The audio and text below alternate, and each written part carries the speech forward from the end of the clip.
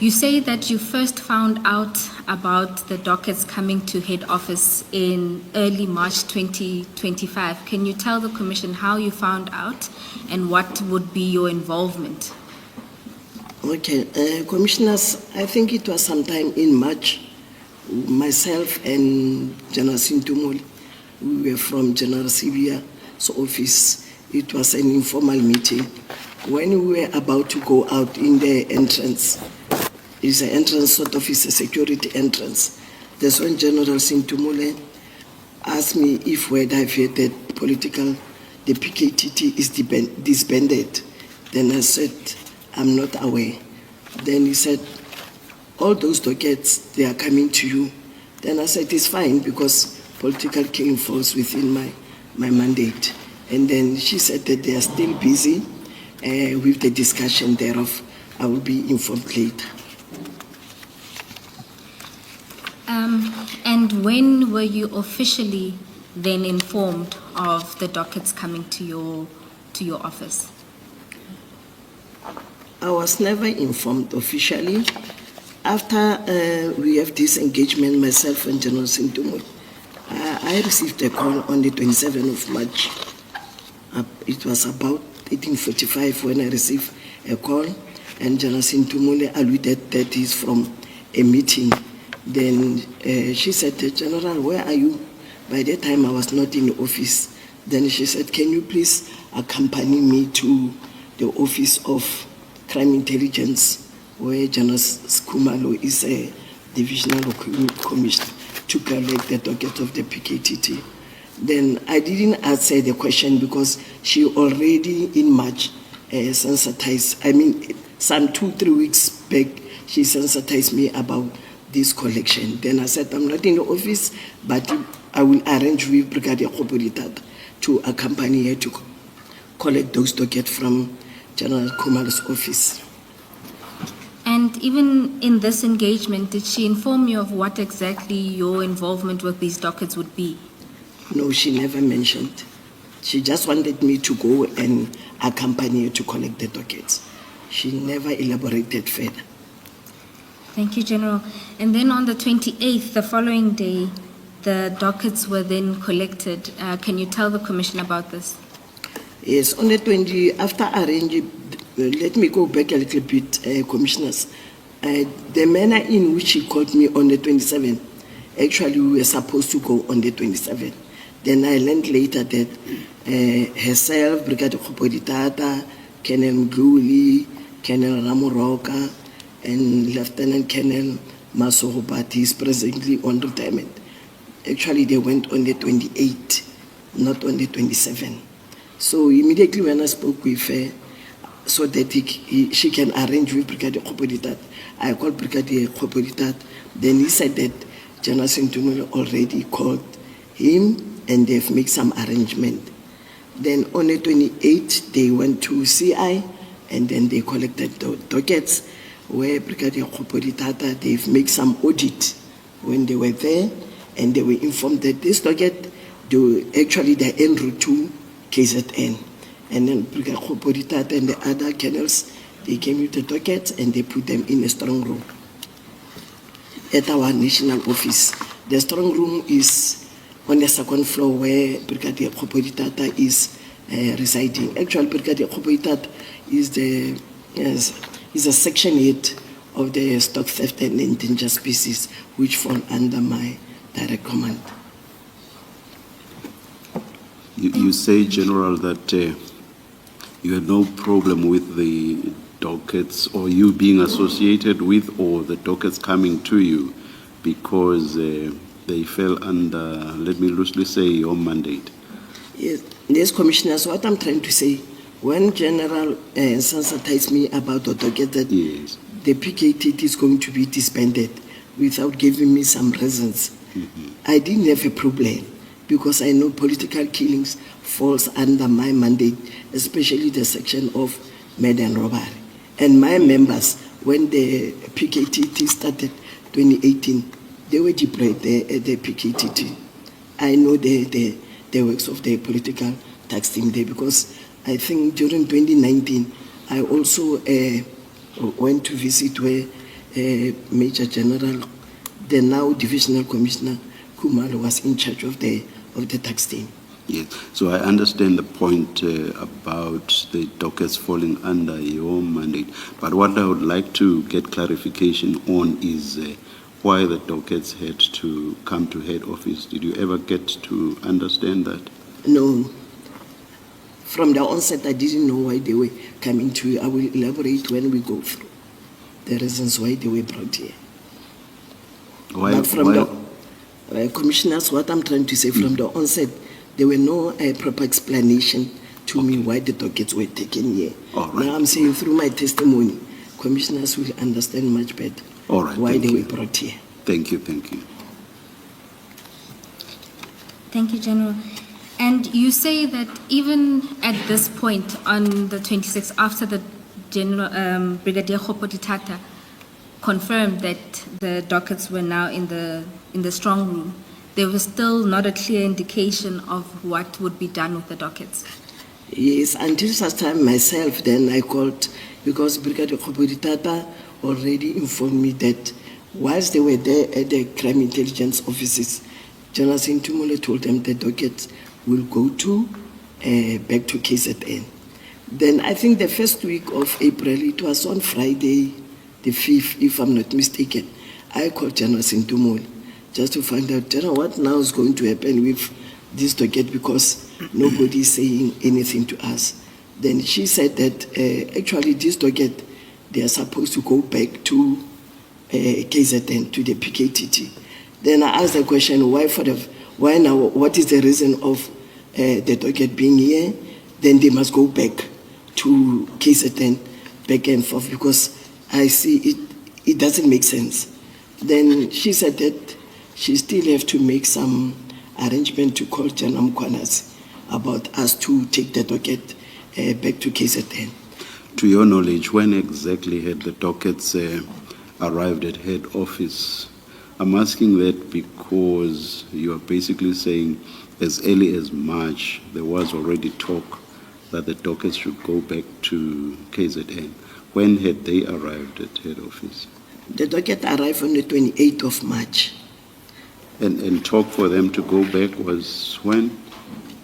Okay, Commissioner, the docket, when they collected the docket on the 28th, already they discussed it there, Brigadier Khopoditata, General Sintumule and the other officers, that actually this docket, they are only here for auditing, because they audited them whilst they're there, like the counting. They counted from 1 and then the number was 118. And then actually they were here for auditing, so that General Sintumule as a divisional commissioner, she's going to hand them back to KZN. So actually the docket came to our office on the 28th of March. Meaning, even as they arrived, the idea was for them immediately to go back as soon as the auditing process had been finalized. Yes, but General Sintumule was supposed to make arrangement first with General Mkhwanazi. That's when myself now, I called the General.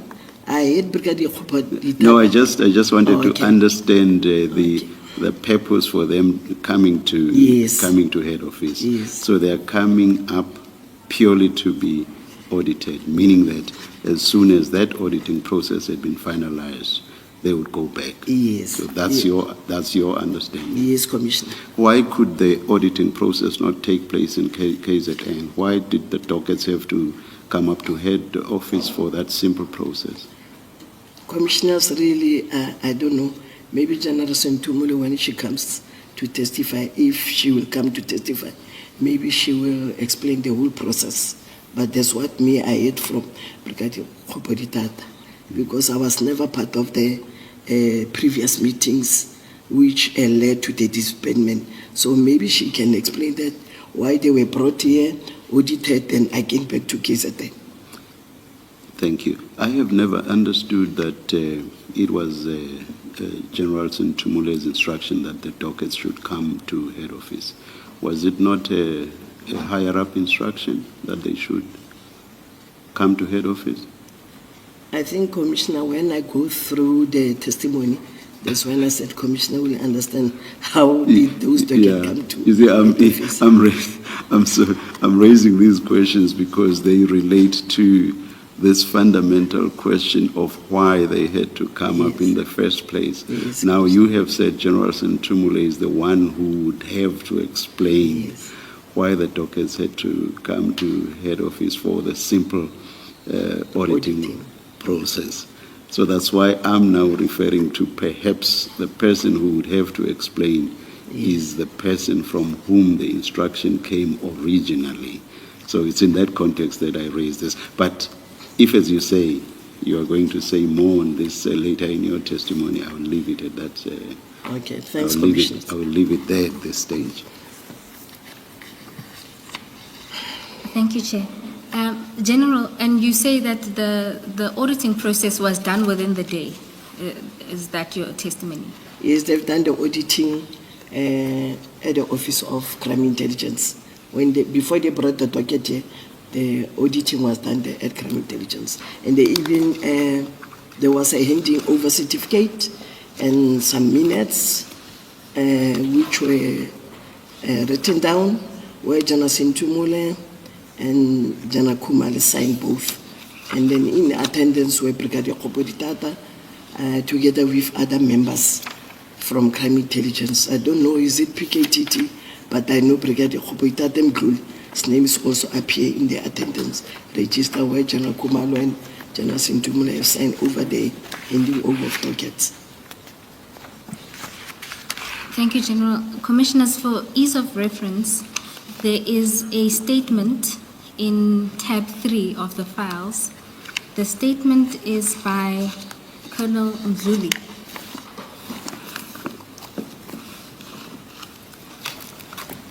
Colonel Ndalo was present for the auditing, and so he is not going to be called, but he has provided a statement.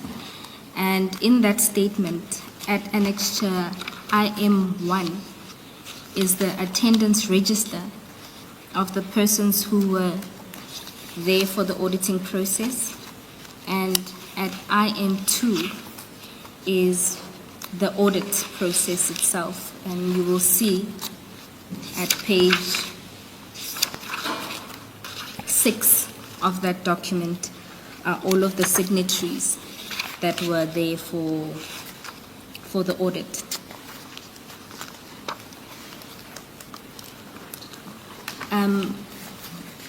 We wish to hand up or mark the statement as an exhibit. We are at exhibit 33.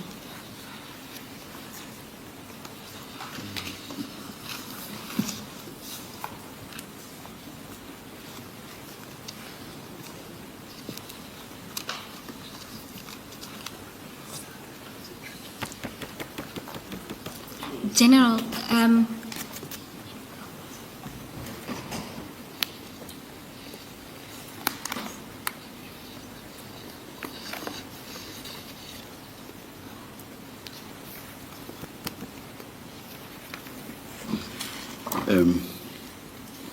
Ms. Bowe, we are saying there's really ever reference to the exhibits running on the side.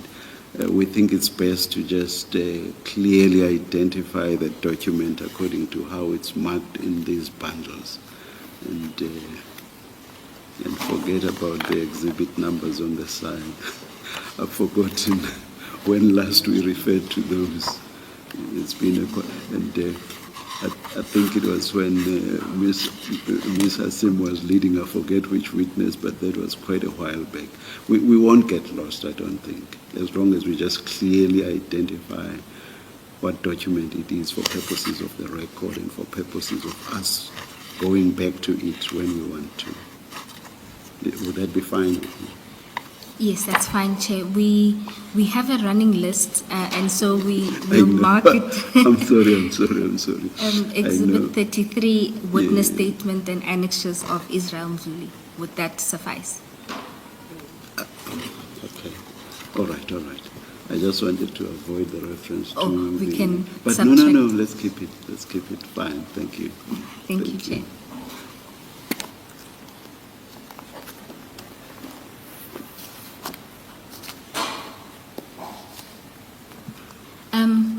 General, the audit process has been done, and you've now had a conversation with General Sentimole, who has informed you that they need to make arrangements for the dockets to be transported to KZN. Did she indicate when this would happen? Yes, Commissioner, she did indicate. She even said that actually, General, let's plan maybe to hand over those dockets the following week. So the following week will be the week of the 9th or 10th. That's when she said that she's planning, but she will come back to us to give us the proper date when we can plan to go to KZN. Thank you, General. And you then go on leave. By the time you go on leave on the 11th of April, still no arrangements to take the dockets back to KZN had been made? Yes, there was no arrangement. But when I came back from leave during the first week of May, that's when I inquired from Brigadier Kopoditata where actually what transpired whilst I was on leave. Then they explained to me that there was an arrangement which were made, and then itinerary were completed. I think it was done on the 24th of April, and they were planning to take the dockets to KZN in my absence here. Commissioners, if maybe you allow me just to go a little bit before one of the preparation to go to KZN. Brigadier Kopoditata informed to me when they were doing the audit, conducting audit, actually there were a plan put in place about the phases which is going to take place about this docket.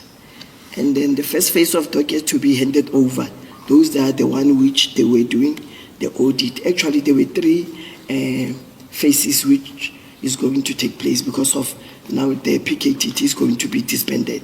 So the first phase where this docket which they were auditing, the 118, they were docket which were still under investigation. And the second set of dockets would be what we refer to as decision dockets. Normally there are some cases where we don't just arrest, you complete the investigation.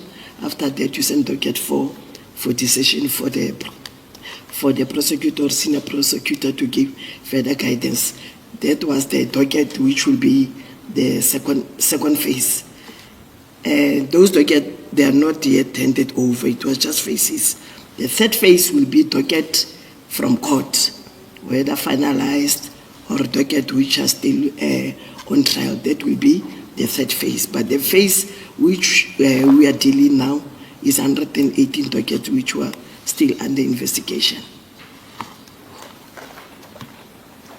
General, can I just, before you move to the return of the dockets, what is the purpose of an audit? When you audit the dockets, why are you doing that? What are you looking for? And what are you hoping to get out of the process? Okay, thanks, Commissioners. When we do conduct docket auditing, usually we want to check whether the docket, for example, in the printout or checklist, the docket will be 118 with a specific case number, station, and the charge. So when you audit docket, you just want to check whether the very same charge appears on the list which is on the printout, which you get from the case administration system. You check whether the complainant is the same, and then we have to do it through the right way of doing docket audit. You must audit with the system in front of you to check whether the charges relate with the charges which are captured in the system. That's the docket audit. But some other way of doing, the way they've done it, actually is an informal. They were just checking docket from 1 to 118, whether they are still the same as the one which are in the checklist or on the printout. But the right way of auditing, you must even audit the charges, the right case numbers, formulation of charges. That's how you do the docket audit. And docket audit, sometimes you couple it with docket inspections. If you do audit, you also do the docket inspection. But auditing It's just to get the gist of the docket, whether this correspond with the system where they are captured. And then once you have done all of that, what do you do with the results? So you've completed the audit, you have confirmed that what is captured in the docket is consistent with what is in the documents inside, you have your results, then what do you do with those results? With those results, the person who gave instruction to conduct the audit, you must give a certificate to the person, present to her or to him that the audit have been conducted.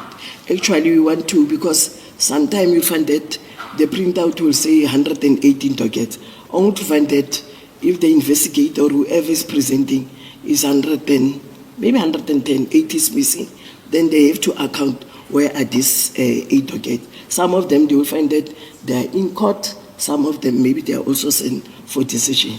Or some of them, maybe they are lost somewhere. Then they have to find out for where are those dockets. But we make sure that dockets are all accounted. If your dockets are 118, they must be like that. And sometime inside those dockets, you will find that there are other dockets, the main docket, there's another docket inside. But it's independent because that docket will have its own case number. So you have to audit everything. Whether the docket comprises of 3 dockets inside, we have to audit all of them and give the picture. Because maybe the printout which you are having will say 118. But inside, when you check, actually it's no longer 118, it's 120. And then you find that the very same docket maybe is from another station, but it was not transferred to the station where the docket are investigated. It can be some of the reasons why you find that the audit doesn't balance. So the audit has nothing to do with the performance review of the individual detectives who are working on the dockets. You're not reviewing performance of the individuals. That is why Commissioner said that you can do it simultaneously. You can do docket audit and also do the performance. That's why now you do a proper inspection. You audit it, you are satisfied, I've got 118. Now you say, let me look into the performance of this docket. You have to go one by one of those dockets, then you will do your notes. After then you will write the performance, sort of review of what transpired in those dockets. Thank you. General, if these dockets were meant to be returned to KZN, and you're telling us as early as the 28th of March or the end of March, there seems to have been already a consideration and decision that they would go back to KZN. What would have been the point of National conducting an audit on dockets that are going to be returning where they come from? What would be the purpose? Commissioners, and that is why I said earlier, maybe the General Sintumule will explain.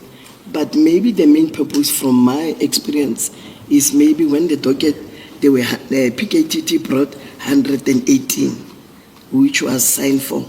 Then General Sintumule has a responsibility now must to confirm 118 from PKTT and whatever she is conducting now the audit.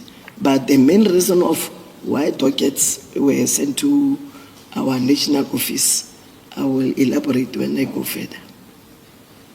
Okay, thank you. Thank you, Commissioners. General, you then explained that after Brigadier Khoporitata told you about the plan, which was to move them during that week of the 23rd of April, by the time you return on the 30th of April, the dockets were still not moved. Yes, Commissioners, the docket was still not moved, and I just want to articulate further that my role in the handing over of the dockets, I was not involved during the handing over of the docket from crime intelligence to our office. But when I come back from national, it's a concern for me because this docket now they're still put in the safe. Then that's when now again I'm asking General Sintumule, General, this docket have been long now. It's almost a month. actually what is going to happen with this docket. Then General Sintumule said that, hey General, you know what, let me phone General Mkhwanazi. Then she phoned General Mkhwanazi. It's now May month. After some time, maybe 2 to 4 days, I called her just to find out what the General Mkhwanazi is saying. It's me who's persisting about this docket because it's a concern for me. Then she called General Mkhwanazi. Then General Mkhwanazi said that she told me back now when I called her again just to find out what did General Mkhwanazi said. Then she said that General Mkhwanazi said that he's got nothing to do with those dockets. I even said, just like that, as a provincial commissioner, actually those dockets belongs to him. He's the main custodian of the docket as a provincial commissioner. Then she said, hey, I don't know what am I going to do. Then I said, we must do something. Then she said, let me call the national commissioner. She called the national commissioner. After some days again, I called her just to find out what did the national commissioner response. Then she said that the national commissioner said that General Sibia must ensure, or General Sibia, it is his environment, he can use his own discretion about those dockets. Then on the 20th... Before you move to the 20th, the time between when you first called General Sentimule to find out about movements of the dockets to KZN, and eventually when you follow up with her again, that was 2 weeks. So again, in those 2 weeks, nothing was happening with the dockets. Nothing was happening with those dockets, commissioners. And when she informed you of General Mkhwanazi's refusal, did you ask or probe about why he refused the dockets? Yes, I did probe, commissioners, but I couldn't get the exact answer. That's when I asked, now what are we going to do with this docket? Then she said she will call the national commissioner. Then after some few days again, I called her. She said that the national commissioner said General Sibia must use his own discretion with those dockets. And so by the 19th of May, all that had happened with the dockets would have been that one-day audit that was done on the 28th of March. Pardon me, sorry, Commissioner. That by the 19th of May, the only thing that was done to the dockets would have been that audit process. Yes, the only thing which was done was the audit process. Nothing was done. The docket was still in the strong room. Okay. And then you say that on the 19th of May, you are then called to a meeting with Generals Sibia and Sentimule. Can you tell the Commission about this meeting? Commissioners, on the 19th of May, I was called by General Sentimule. Then we went to General Sibia's office because myself, General Sentimule and Sibia, we are not sitting in the same office. General Sentimule is sitting in Arcadia. Myself and General Sibia, we are at the main head office building. Me, I'm on the side of, on the sixth floor. General Sibia is on the other side of the 7th floor. When I arrived there, I found General Sibia and General Sentimule. Then General Sibia said that maybe I've already heard that General Mkhwanazi refuses the docket, and the National Commissioner now says he must use his own discretion in those dockets. Then General Sibia said that because of the political killing falls under your mandate, under your component, now the ball is in your court. You must see to it what you do with those dockets, assemble officers so that you can proceed investigating those dockets. Then immediately there I said, it's fine, General, no problem, we'll proceed. Then I phoned Brigadier Khopoditata just to assemble officers. And then I even mentioned, can you get Colonel Mdluli and Colonel Mashile, and then they must identify some other officers. Actually, I said if they can be maybe plus minus 10, 8 to 10 officers. Then immediately I left General Sintumole and General CB. I went to Brigadier Tata's boardroom on the second floor. Me, I'm sitting on the 6th floor. Then when I arrived there, I just gave them the background because other officers were not part of collecting docket from crime intelligence. So I have to give them the background of how did this docket come here, the collection part of it. They've been in the safe. I've been called. Now I think we must do something. It's been long for this docket to be here. General, you have told us that the dockets came up to head office for a very simple process, which was to audit them. Let's leave aside the fact that it does not make sense why they would have had to come to head office for that simple exercise. Now, all of a sudden, they are to be investigated. Do you know what informed the change that is now they must be investigated? What informed that? Commissioners, when I was called to General CBS office together with General Sintumol, the explanation was because of General Mkwana's said it's got nothing to do with those dockets. And now the National Commissioner is alluding that General CBM has his own discretion. So the very same discretion is now that I must now proceed to ensure that now we proceed with the investigation. I think maybe what informed the change of no longer auditing to investigation is because of General Mokwana's refused to docket, which according to my understanding, when they go back to PKTT, they will be investigated. And now the National Commissioner says, use our own discretion. It means now at national, because my component is the one which have an investigating capacity and capabilities. It's me now who must proceed to ensure that investigations unfold from those dockets. I'm just trying to place myself in General Mkwana's seat. The dockets are taken for a purpose that does not make sense, purportedly to conduct this simple process, which is to audit them. And it just doesn't make sense that they should have come to Gauteng for that purpose. In that sense, perhaps one can, and I'm going to invite your comment on this, one can understand why General Mkwanazi would have reacted the way that he did. If you wanted the dockets purely to audit them, why take them to Gauteng? It's true, Commissioner. I also put myself in the shoes of General Mkwanazi.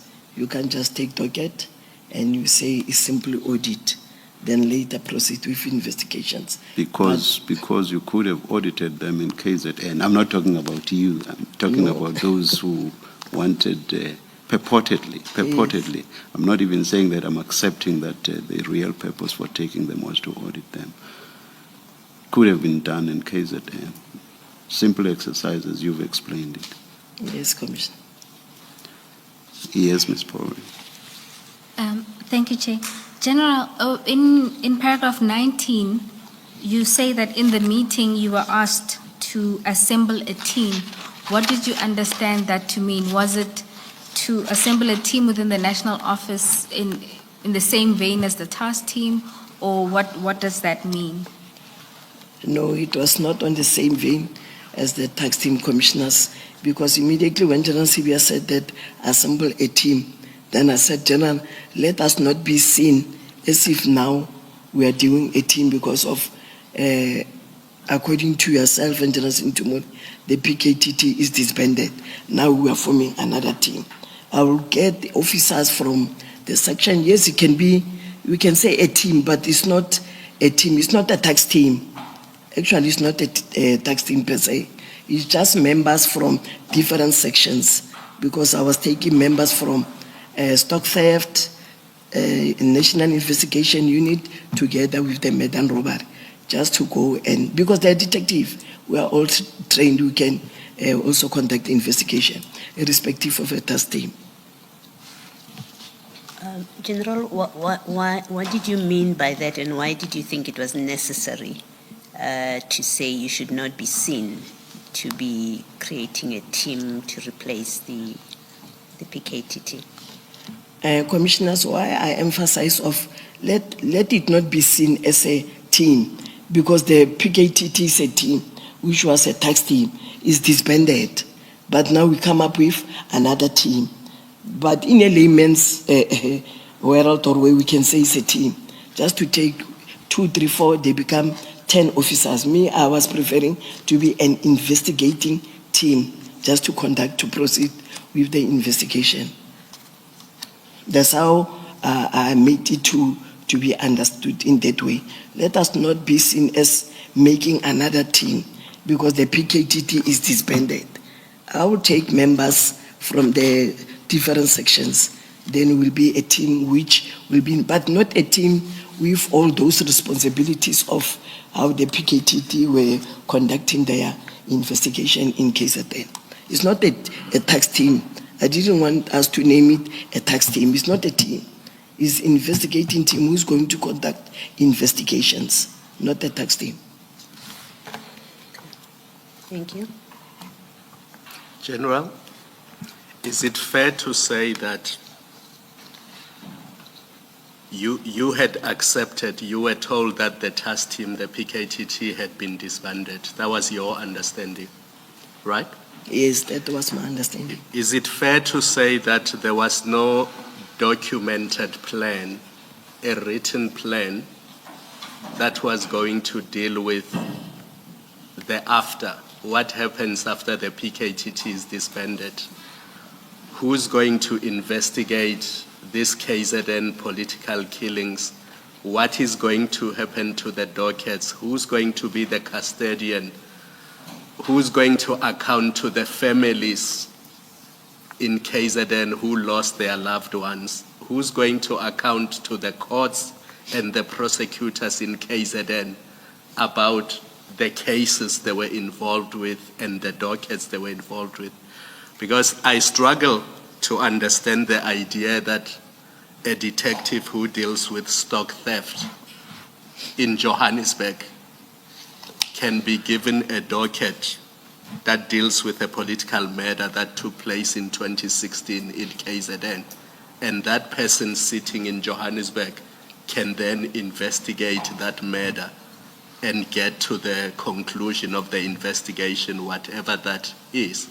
I just struggle with that, and I'm hoping, and I know it's not your fault, this was dropped in your lap, but I'm struggling to understand how that was going to work. Can you just enlighten us, please? Okay, thanks, Commissioners. Commissioners, after the meeting with, maybe I must proceed with now to what the Commissioner is asking now.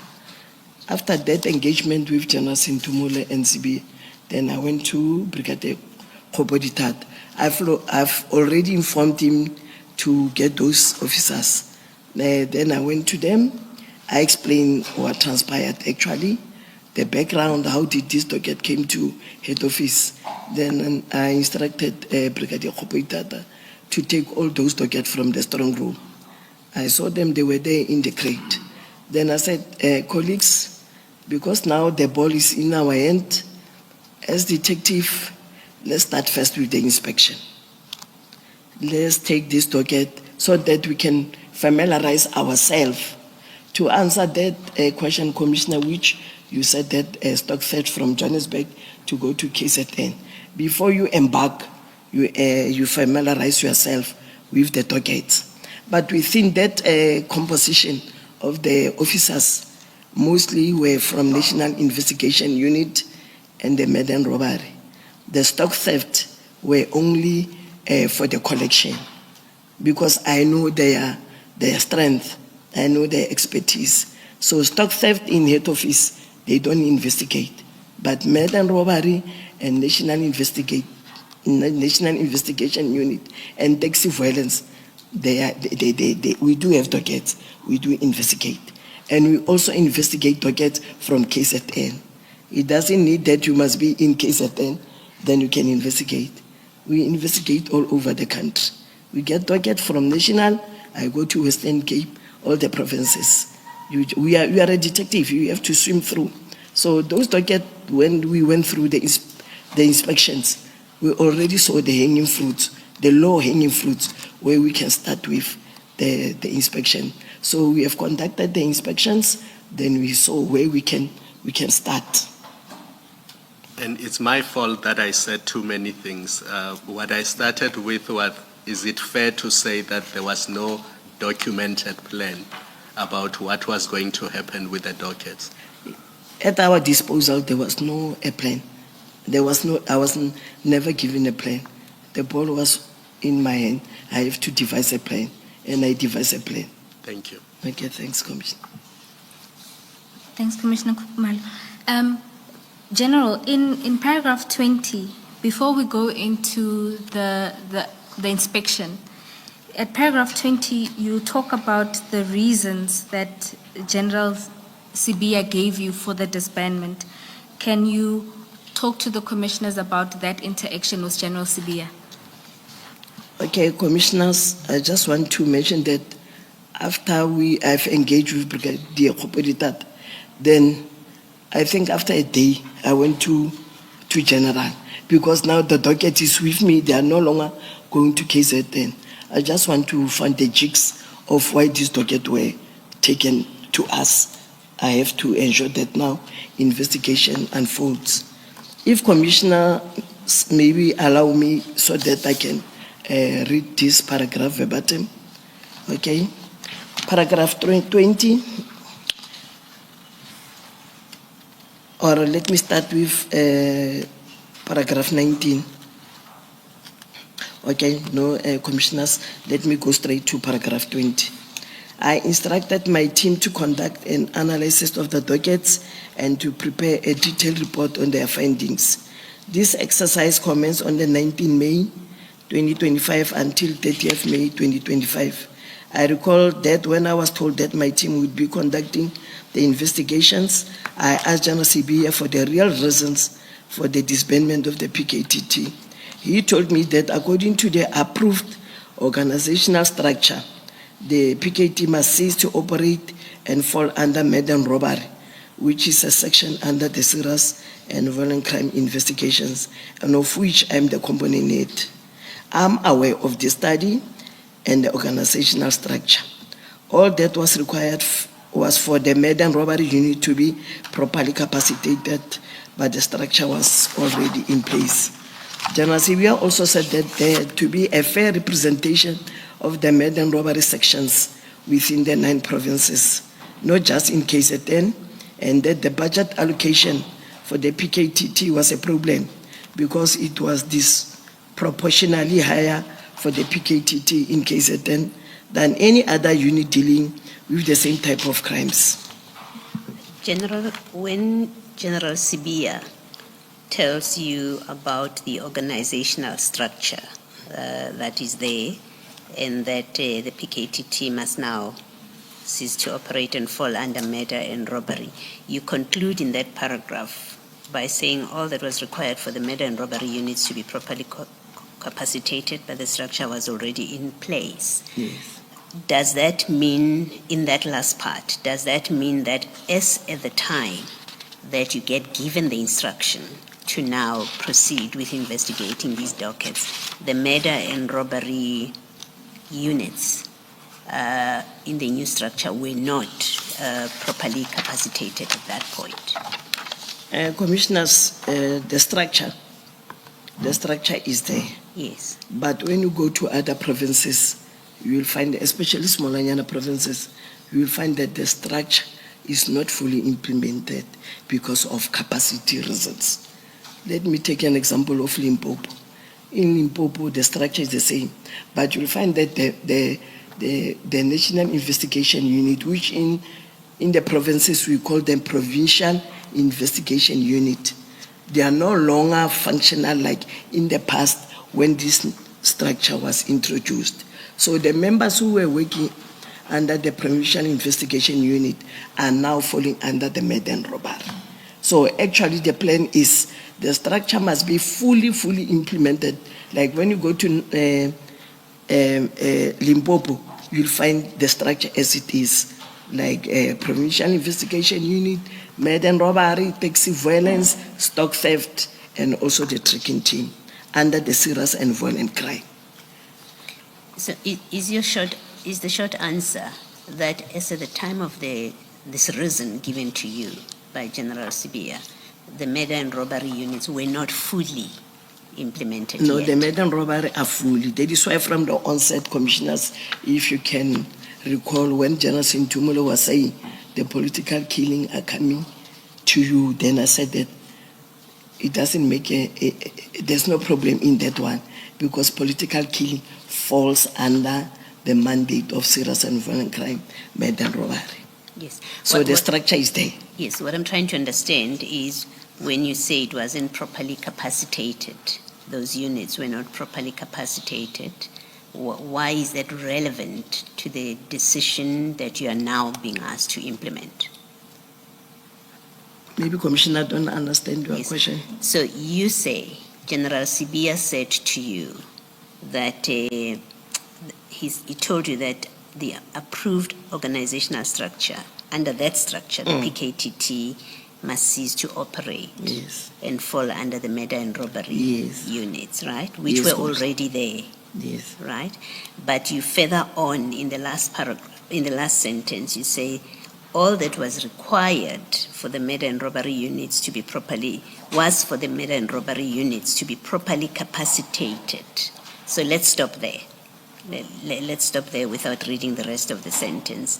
What I would like to do to understand is what does it mean when you say all that was required now, all that was left was for those units to be properly capacitated, and how, the second part of my question is how that would affect this decision that you are now being asked to implement, if at all.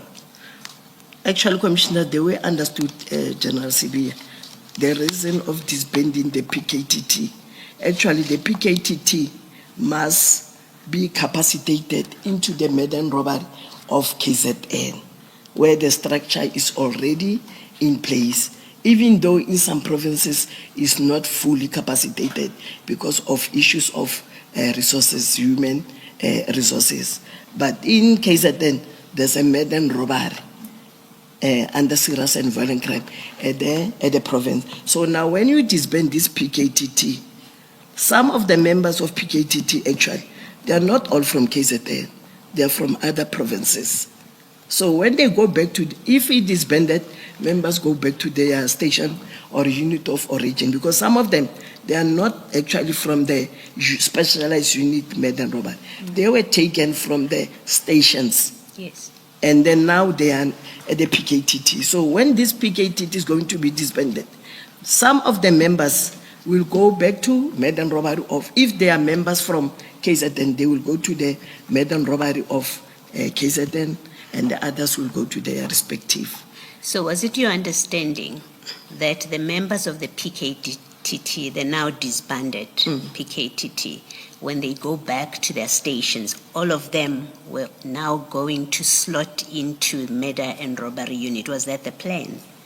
Yes, it was the plan that when they go back to their station of origin, it depends from state. Already they've been exposed to the investigating these murder cases for the past 5-6 years. So when they go back to the station of origin, we can't lose that capacity. Actually, they must be slotted into the murder and robberies. Is that what you were told would happen, or that's what you thought and expected should happen? Was there a written plan about it? People who are now going back to Limpopo, they were never part of the murder and robbery unit, that they would simply, from the PKTT, when they get back to their home station, there was a plan already that they would become part of the murder and robbery unit? Sorry, Commissioner. For me, the way we were engaging with General Sibia, I didn't see the plan.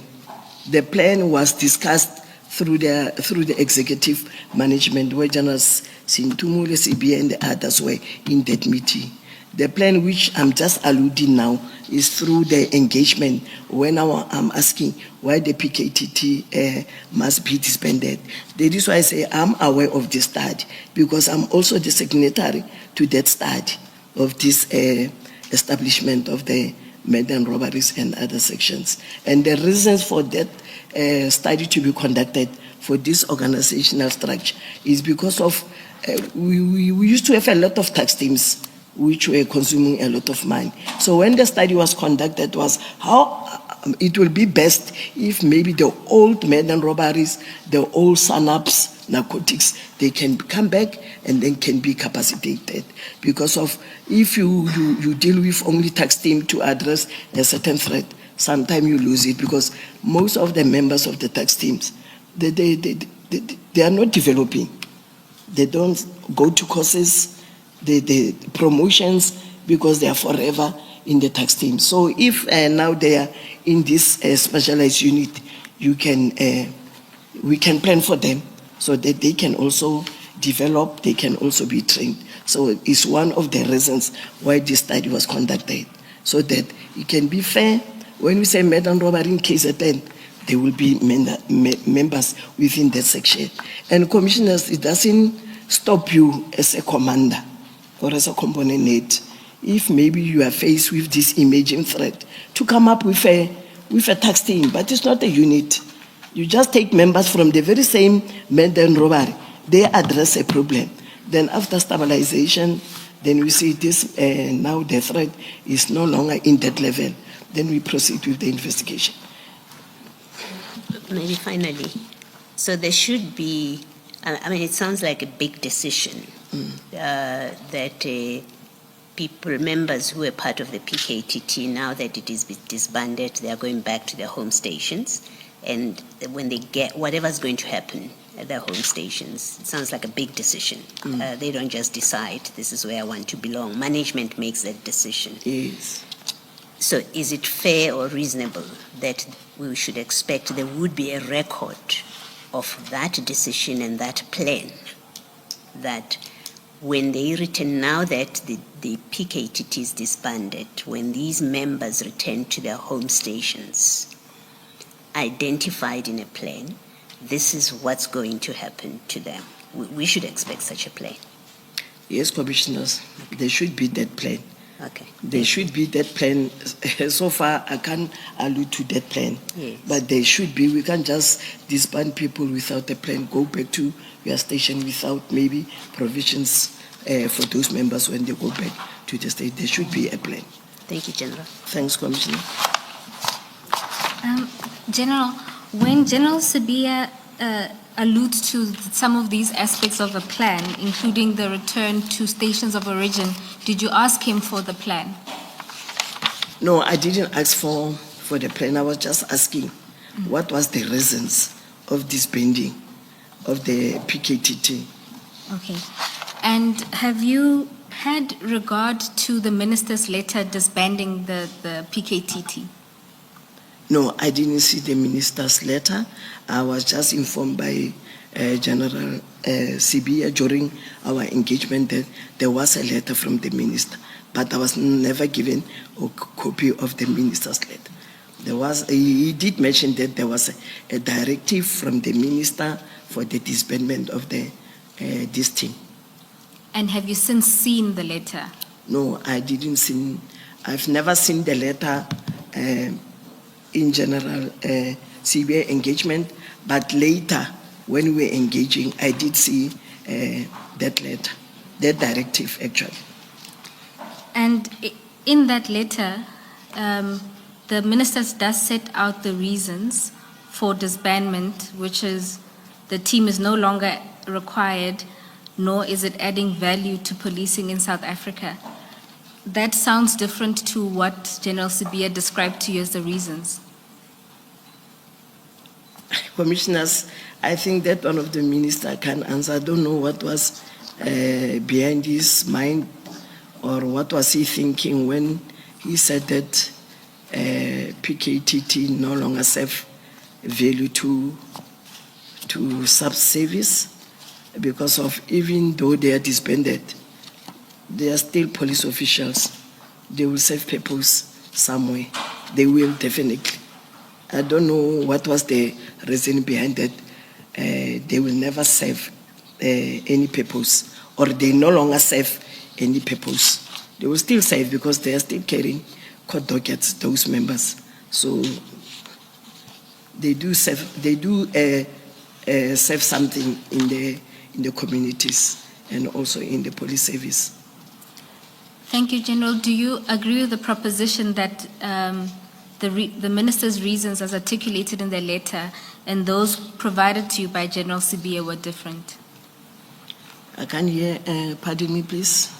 Do you agree with the proposition that the reasons articulated by the minister in his letter and the reasons that were given to you by General Sibiya are different? Yes, they are different because now General Sibiya was expanding. Only in the letter of the minister is very minimal.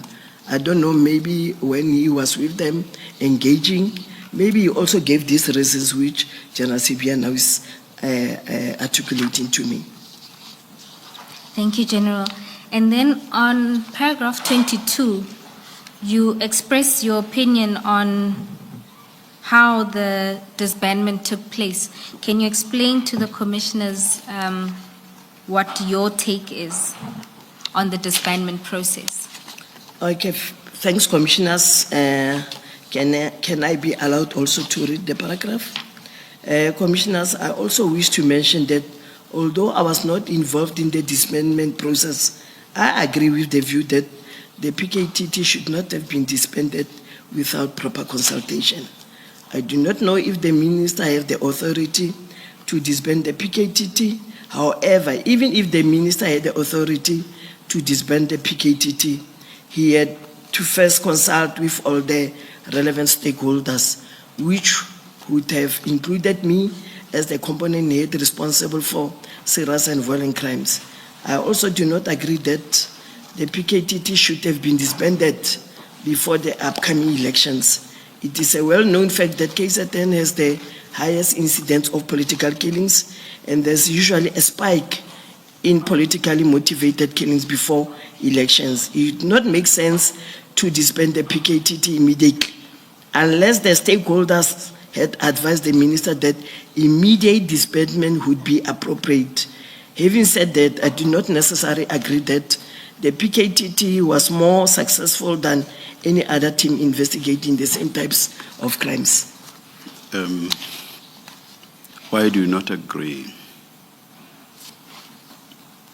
Commissioner? Why do you not agree, General? I do not agree with the PKTT. Your last sentence, yes. I do not agree, Commissioner, because of in these 9 provinces, we also investigate political killing murder cases, and we also investigate cases of murder, serial murder, serious murders. So now, if you say PKTT is the best team than any other teams, I think we are demoralizing our members who are working so hard as we sit here chasing suspect. We see in the media, we see all over how is our teams or detective are working more or less the same types of crimes. I'm not sure that I follow your reasoning, General. The point is about success or lack of it. What you have said, or the reason you give, is about working hard, and it does not address the question of success or lack of it. So can you have another go, please, and explain, okay, thanks. Explain your disagreement? Okay, Commissioner, what I'm trying to say here is we do have successes in other provinces in the very same team, irrespective whether it's a tax team, where they do have less resources than the PKTT, but they are succeeding.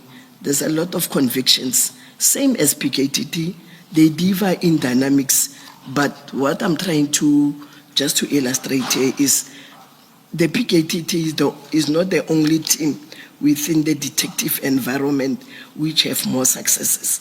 other teams in 8 provinces without tax team. With the Mayagra resources, they also have great successes, Commissioner. I just wanted to bring to this attention that it's not only the PKTT which have higher successes, they also contribute to the performance like any other province which are also contributing, Commissioner. Let's take one example. Those who say that the PKTT was significantly successful make the point, for example, that the PKTT had within it ballistic experts, for example, and therefore within the PKTT you would not find the delays that you ordinarily find with the ordinary investigation of crime. What's your comment on that? Is it not a fact that with detectives in other areas within SAPS would have to wait for very long periods, for example, for outcomes on ballistic testing? Is that not a fact? Commissioners, in other teams, we utilize our forensic labs, and there's a turnaround under the ballistic biology. Same with the PKTT. If they take the exhibit 2 ballistic, the very same ballistic experts use the same forensic lab. They don't have a special lab.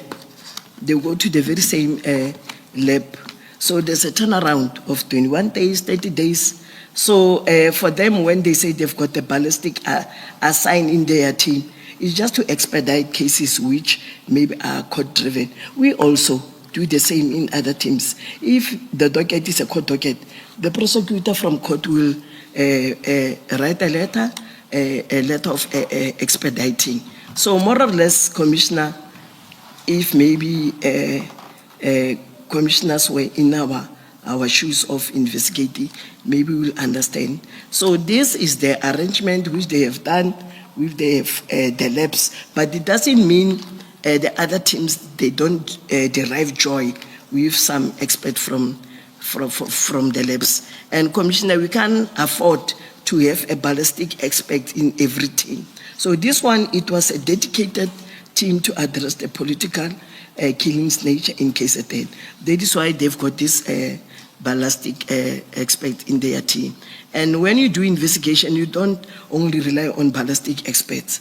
There's a lot of experts which are involved. For example, when we deal with... I said, General, let's take just that one example. Okay. So as not to avoid being all over the place, yeah. But just to, maybe I can conclude, Commissioner, other teams will also enjoy the same example, ballistic experts in all the forensic lab which we have. But as I understood the evidence with the PKTT, they would expedite this testing in all their matters. That's how I understood the evidence. But as I understand you now with regard to other areas of investigation with other SAPs, it's in the odd case that requests for expediting will be made. Do I understand you correctly? Yes, yes, Commissioner. When I go through commissioners, you will also see that during the inspection, some of the dockets, they were never expedited for ballistic reports. They're still waiting now. It's 2-3 years. So they were expediting cases which are court-driven. Same with the other teams. If we arrest a suspect, we request the exhibit to be expedited through the prosecutor request. They also expedite those exhibits. So for them, this docket 118, some of them, the DNA is still outstanding, ballistic report is still outstanding because of the agreement or the manner in which we work with the courts, because we know our forensics are overwhelmed with a minimum capacity of experts.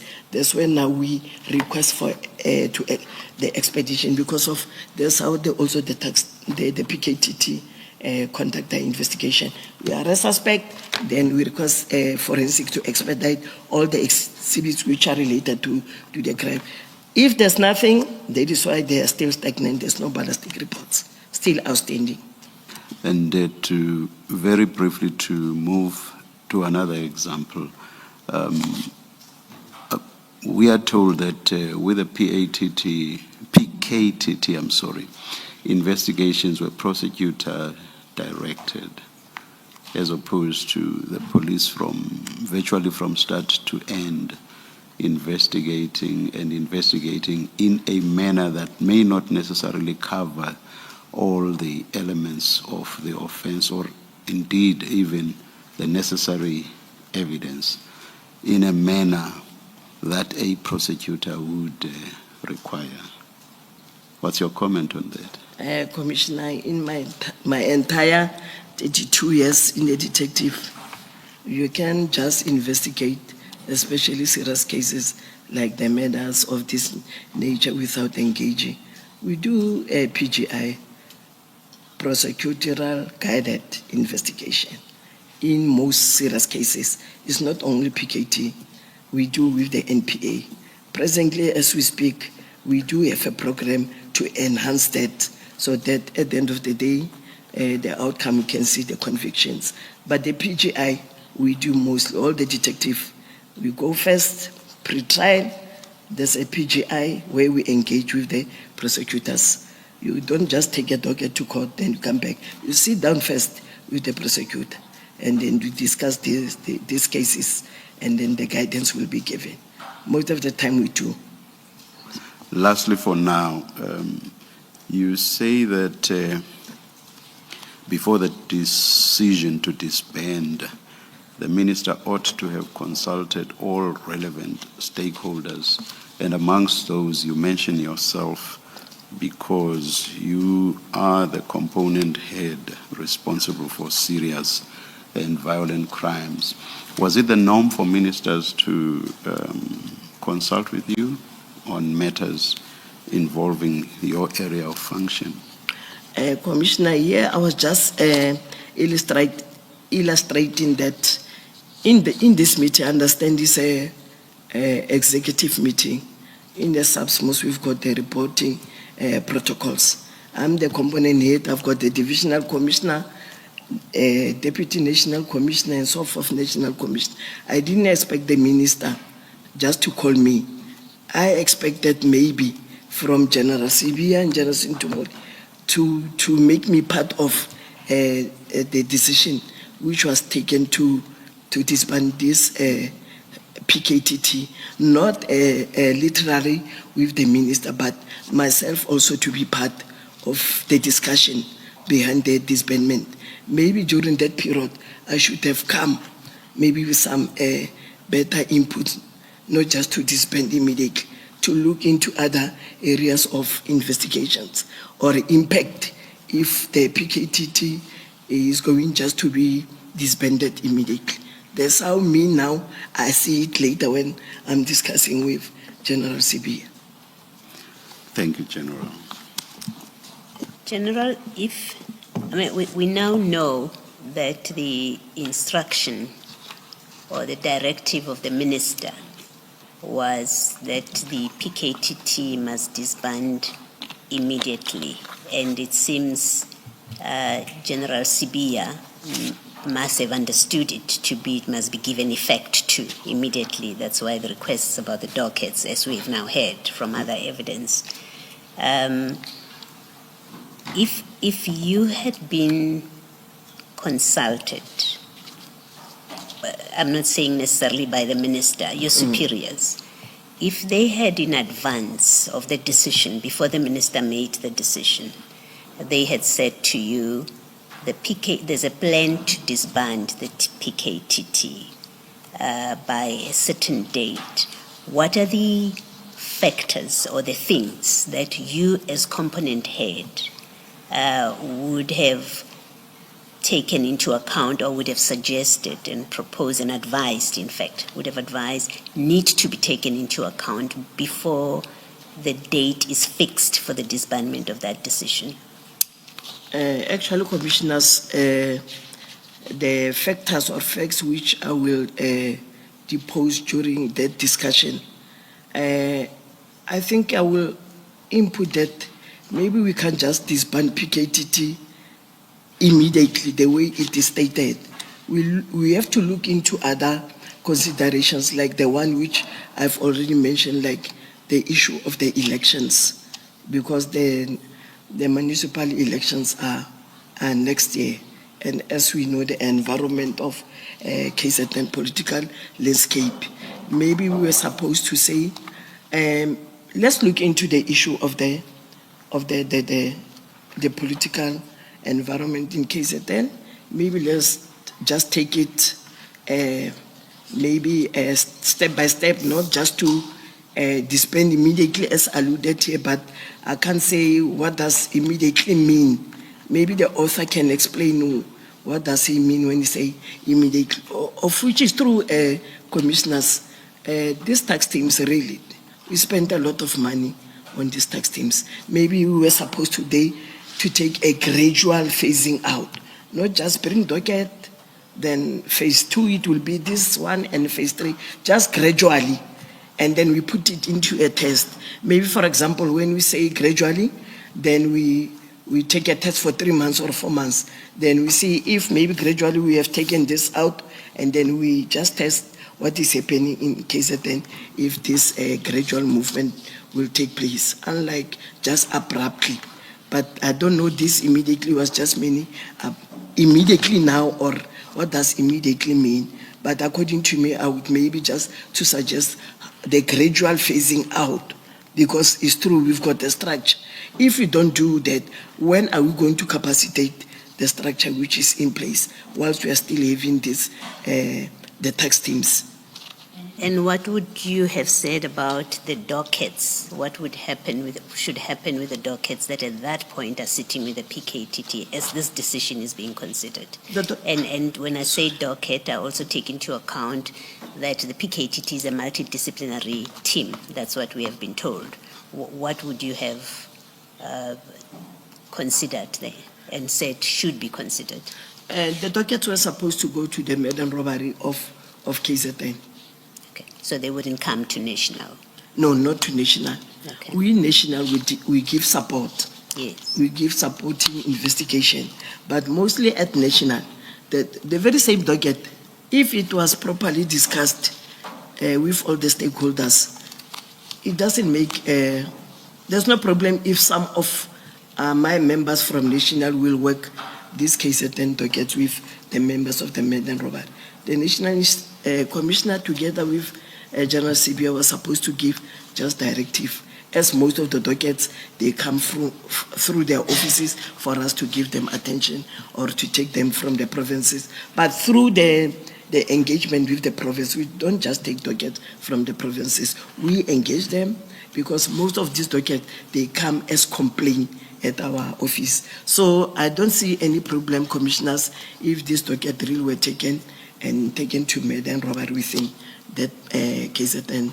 And what about the staff, the members who at that time are members of the PKTT, and you've already said they come from different stations and provinces? What would you have said should be taken into account and how it should be handled? If you had the opportunity before the decision was made. Okay, Commissioner, I would say those members, because they come from different provinces, but now they are carrying dockets of KZN, they will be within that Madden robbery investigating those dockets there.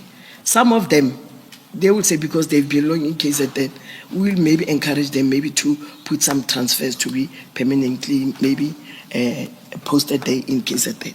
Some of them, they do that. They work all over the province for some few, for a period. Then some of them, they are already interested there. Then they do make some transfers that they can be permanently advised. There's the advice which I will also maybe input. How about those members? Those who are interested to be within the Madden robbery in KZN, they can stay there, and then we'll entertain their transfers as they come. So you would suggest that last part so that they continue working on the dockets? Yes, not just to take dockets, because they are the one who know those. You know, Commissioner, if you started the docket investigation up until you arrest, you have this interest, you want to see the outcome. Now somebody come take your dockets, you go back to your station of origin from your province, you lost touch. Already you have done that relationship with the deceased families. You are the one who's giving feedback. So mine will say, let those members remain in the murder and robbery in KZN. And then lastly, in that paragraph 22, you say you wouldn't have, especially because elections are coming up, you say local government elections are coming up, you would not have encouraged the disbanding of the PKTT. Now, I'm struggling to reconcile you saying that and also saying, well, they must be disbanded to go to the murder and robbery, to go and capacitate the murder and robbery units. And it suggests, and maybe just clarify that, in my mind, that which looks like a contradiction, where you say PKT, you wouldn't have encouraged it being disbanded because we have elections coming, but you're also saying they must go and capacitate the murder and robbery unit. In my mind, it seems to suggest you don't think there's a need for a team such as the PKTT. It seems that what seems to be a contradiction to me seems to suggest that your view is it's not necessary to have that kind of team because this is work that murder and robbery units can do exactly the same way and have exactly the same claimed successes. Okay, Commissioners, in this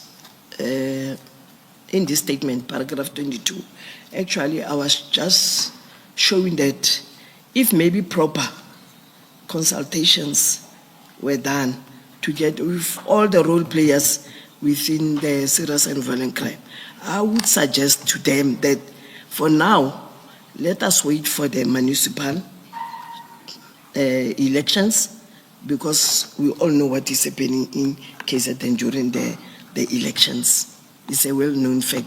So how about we package this disbandment up until maybe the municipal is over. But in the meantime, we work the process. We don't just fold our arms.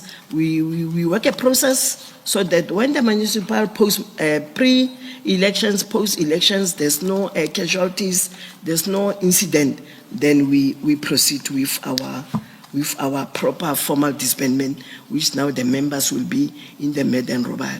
So I was just explaining this one that to show that we are approaching. We are only left with some few months, even though we don't know the date for the elections. So it will be prudent that now, how about we leave this PKTT now? But after that, in the meantime, we work the process of disbanding, so that maybe after the election, we don't start afresh. We've got a plan in place which shows that after the elections, then we start with the disbandment, and the members will be taken at the murder and robbery sections. That's how I'm just explaining. Maybe it was contradicting. You say now PKTT is the elections, now you say murder and robbery. No, I was just trying to show that because the elections are incoming, how about we leave this team in place? But in the meantime, we work the plan. How after the election, then this member, they will be properly placed in their respective, especially in cases then murder and robbery. Those who are willing to stay behind. Okay. Maybe lastly, and I hope I'm not being unfair to you with this question. Do you, and do say if you can't answer my question. Okay.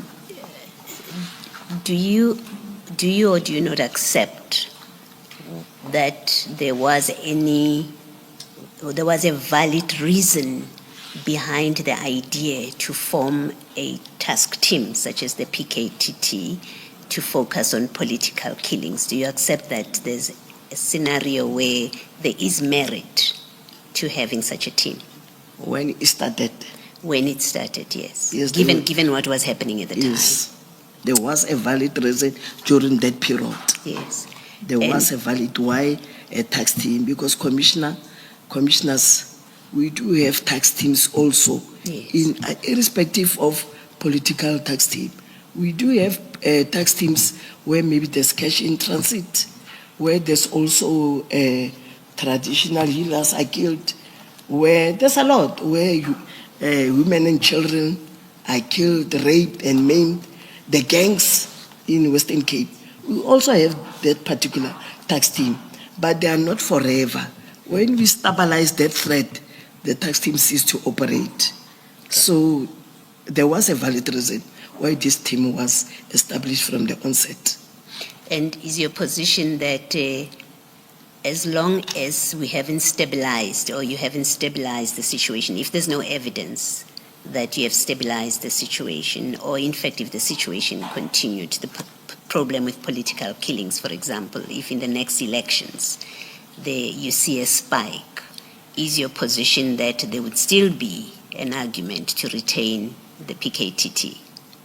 Yes, commissioners, maybe when we reach that arena as management of SAPS, together with the other integrated or external stakeholders who are the crime fighters, we have to sit down and consider this position of disbandment.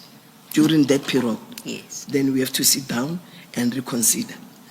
So the team having been established, the task team, the PKTT having been established, is it fair to say that the decision to disestablish it or to disband it would have to look, on your approach, would have to look at whether you have stabilized the situation, and that is what would inform the decision to disband not just the PKTT but any other task team? Yes. Okay. Thank you. Thanks, commissioners.